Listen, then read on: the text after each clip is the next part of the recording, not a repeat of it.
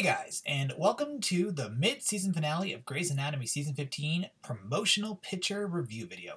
The way I normally structure this, for those of you who are new to this style of video, is I generally take the promotional pictures and I collage them together, based on what is going on in that individual scene. They generally release a lot of pictures for the promotional pictures, which is fantastic, but they're normally not super different. So you'll see in a few minutes when I pop up the collage, which is the first scene of Meredith and Maggie, we more or less just have them together just from different angles. And it's really the face acting that we want to focus on.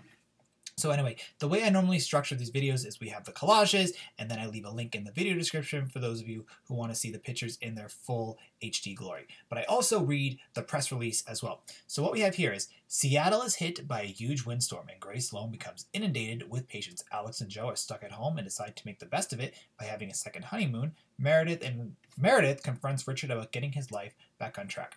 Now granted, Meredith is in several promotional pictures. She's none of them apply to Richard. In fact, Richard is in none of these pictures as well. They also, in the press release, hyped up Alex and Joe. They were in the trailer, and I'm looking forward to seeing their more or less, I imagine, goofy storyline with being in the second honeymoon, but they are also not in the press release. I really like Alex and Joe. I think Joe really came into her own after season 14, or during season 14, I should say, and I really do ship her with Alex, though. Also, part of me really likes Meredith and Alex as well, but that'll never happen unless it's like the series finale. Then we have Grace Sloan getting inundated with patients, which is scattered throughout these pictures. So these pictures are really, really cool because they show different plot points that are not in the press release, and I'm really curious to see what's going to be going on there. So let's talk about the first collage of pictures, which is Meredith and Maggie.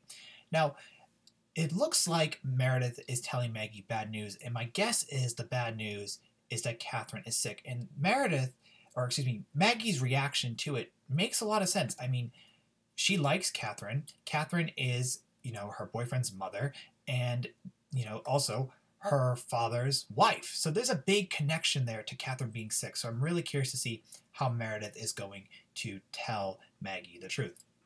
Now, the trailer had Meredith say it's bad, it's really big, and I think it was a deception in order to make us talk about the storm, but it has to be about Catherine's tumor because there's no way Maggie would overreact like that, or react like that, I should say, not overreact. Kelly McCreary never overreacts. Her acting is always on point and is always perfect, more or less. So I really imagine it's them discussing Catherine's tumor. And I feel really bad that Catherine has this tumor, and I'm really curious to see how that storyline is going to play out in the second half of the season. But I really just love the pictures. I mean, Kelly McCreary, even though her face is covered, but with just like that look right there, it's fantastic. And then, towards the bottom of the pictures, you see, Meredith turn around because obviously they get cut off by the interns, DeLuca and that other one who I honestly don't care about. Quite frankly, I've talked about this in a couple of videos. I really don't care too much about the interns, and we'll talk about glasses in the last set of pictures. So anyway, it looks like Meredith and Maggie are going to have a lot of things to discuss because they're also preparing for a surgery, which is more than likely a surgery that is brought to them due to the storm. And I'm curious to see what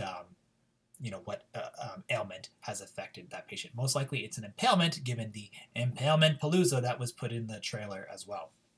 But anyway, just Kelly McCreary's face acting is so flawless and so perfect, and I cannot wait to see this scene played out in the episode. So then the next set of pictures, speaking of great face acting, I had to just include Meredith's face acting because Ellen Pompeo is able to give off so much with a single look, and that's more or likely the first picture we have here is her telling Maggie that Catherine is sick, and I really love the amazing face acting on the show. The actresses and the actors them also have really, really great face acting, but Ellen Pompeo is she's the best at it. So then we go towards the second set of pictures, which is Jackson and Maggie. And it looks like Jackson is about to be informed by Maggie that his mother is sick. And I'm really curious to see how Jackson will react. Now, it's quite possible that Maggie isn't telling him that Catherine's sick and that she might want to keep it on the DL until, whatever crisis happening with the patient is over.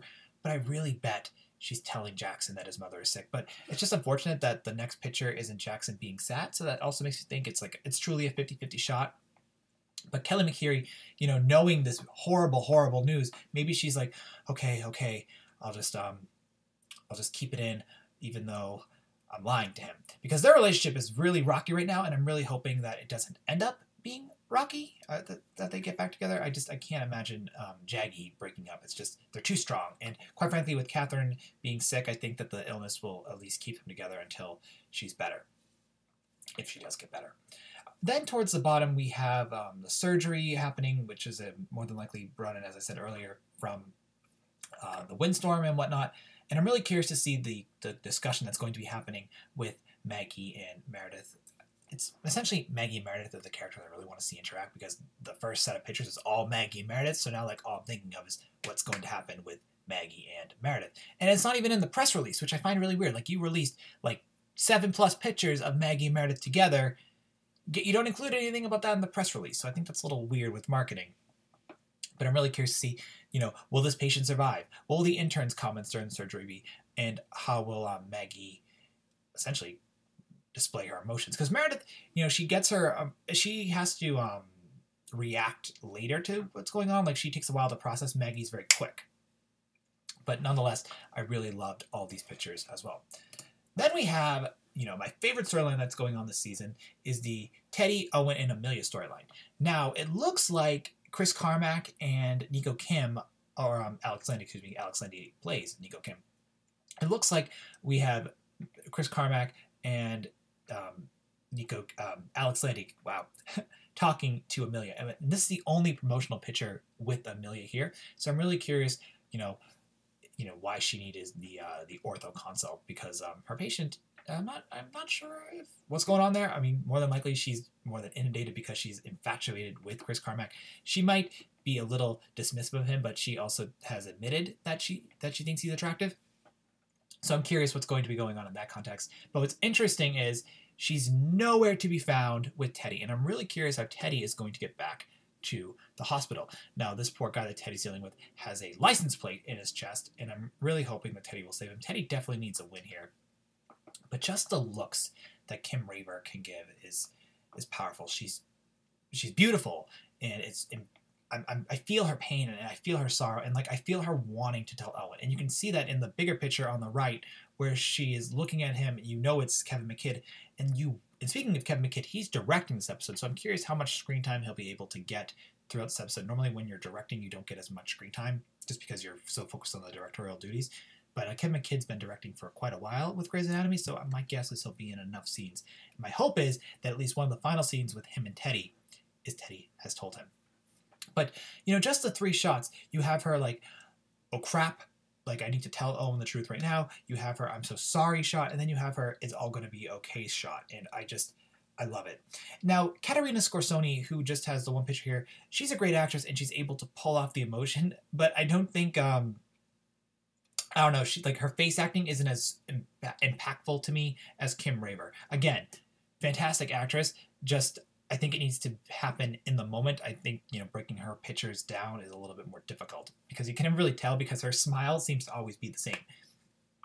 So anyway, I'm really looking forward to the Kim Raver scenes and the Kevin McKidd scenes particularly. The Owen Amelia storyline is the one I really want to see fleshed out. And you had the whole thing in episode 6 with Owen, Amelia, and Teddy in dealing with the girl that ran away, who's Leo's daughter. I'm blanking on her name. I want to say Penny, but I could be wrong. But we had that whole storyline, so I'm really curious if they had found her as well. But anyway, I really liked these scenes, these pictures. They're stunning. I really like the beginning pictures with Meredith and Maggie because I really just want to see the reactions, and the acting is just so good. And then Kim Raver, I wanted to do something. I really feel like poor Kim Raver's been bored, so it's time to give Teddy stuff to do. Okay, so the last scene we have here, I just have to bring up the actor's name because I really don't understand why the show is trying so hard to hype up this gay romance. I mean, you already gave us Cali in Arizona, and that was a pretty big romance that lasted for seasons. And then you have Arizona's, I don't want to call them sexual escapades, but you have Arizona, hooking up and then dealing with DeLuca's sister, who, by the way, is also a fantastic actress, and I hope that she comes back. But Jake Borelli, he is an out and proud actor and guy. He is super into the storyline, but I just don't get why. Like, from a viewing standpoint, I don't see the chemistry between Nico Kim and Levi Schmidt. Like Glasses and Dr. Kim, there's nothing there in my opinion. And then I don't get why they need to keep hyping this up. Like there is no reason to make storylines based on someone's sexuality like this. Have it based upon a mutual connection of some sort, and then, you know, I don't even know how to, I wouldn't know how to write a storyline like this because it's so sensitive, but I just don't ship these two. I just don't get it. There could have been another doctor that could have been used. I just think that the way it's been done, I really feel it's massive tokenism here. So I'm not a really, real big fan of these two together, because first off, Dr. Kim blatantly said, I don't want to be with you. I don't want to deal with this coming out story and the like. And I don't get what's so special about it. Like, is it, I guess technically it's representation, but it's like, oh, we gave you a male doctor who's gay. Woohoo! Like, I don't care. Anyway, so what we have here in the pictures is Schmidt Glasses going out to help Dr. Kim, who I'm assuming is trying to get someone out of an ambulance. It wouldn't make any sense for them to be in that area without having to deal with the patient who is in said ambulance, unless there's another really goofy reason. But again, I'm imagining they're trying to get a patient, and then it just has them being together. And then there's a kiss that we saw in the trailer with these two. But quite frankly, I just can't support the couple. I mean, if it was done more fluidly, I could see it, but I just don't think Nico Kim has had any character development. Glasses, I just don't understand why he's attracted to him. Like, it doesn't make sense. It's a lot about the storyline, again, that I feel that is very tokeny, and that it's also just very boring. And I think in 2018, representation as great as it is, and we already have a very, very strong LGBT representation on Grey's Anatomy. You don't need to just hype it up again and then be like, oh, we have male representation for LGBT now, as opposed to lesbian representation. And I just think that's not amazing or overly. That's not a draw to me. What's a draw to me is the drama which these characters undergo, as well as with the medical drama that they deal with. And I don't think that this relationship is done properly at all. I mean, I think the idea of using the windstorm to bring them together is cool, but I just wish that I liked them together. I had said in my trailer review, I like the idea of using the elements to, you know, have these characters come together and solve problems and whatnot. I think that's a really fun and smart idea. We've seen it a couple times. I think using the wind is fantastic. We've used rain, we've used fire, so use the wind. But I don't know. There's just something about Nico Kim and Levi Schmidt that I can't support. And I understand why, I just blanked on his name. I just want to make sure I pull it up. Why Jake Borelli is into this, because he gets to, you know, play a character who's coming out of the closet and whatnot. But I think it could have been written in a much stronger way, and I'm not super into it. Plus, we already had an coming out of the closet storyline with Callie coming out to her parents and whatnot. Like, this is essentially a repeat just with a man. But I'm ranting about my distaste towards the storyline. It's truly just the one I want to see the least. I would much rather see promotional pictures of Alex and Joe at home. I think that'd be more fun. So anyway, what did you think about this massive amount of promotional pictures that were released? Which of the scenes that I've shown you guys from the pictures are you most excited to see? What storyline from the press release are you excited to see? Do you think the mid-season finale will hold up? Because when I was excited for episode 6, it didn't hold up. The ending was good, but it didn't hold up. Then episode 7, which I had a lot of questions about, I ended up loving. So I'm hoping this episode is able to be one of the stronger episodes of season 15. I'm looking forward to it, and I'm curious what you guys have to say about it in the comments below. All right, thanks for watching, and as I said, I'm looking forward to seeing what you guys have to say. All right, we'll talk more about Grey's Anatomy real soon. Hopefully they release a sneak peek for this episode on YouTube, not Twitter. Hopefully also on Wednesday or Tuesday, not on Thursday. If not, I'll be discussing the episode with you guys on Thursday night. All right, talk later. Bye.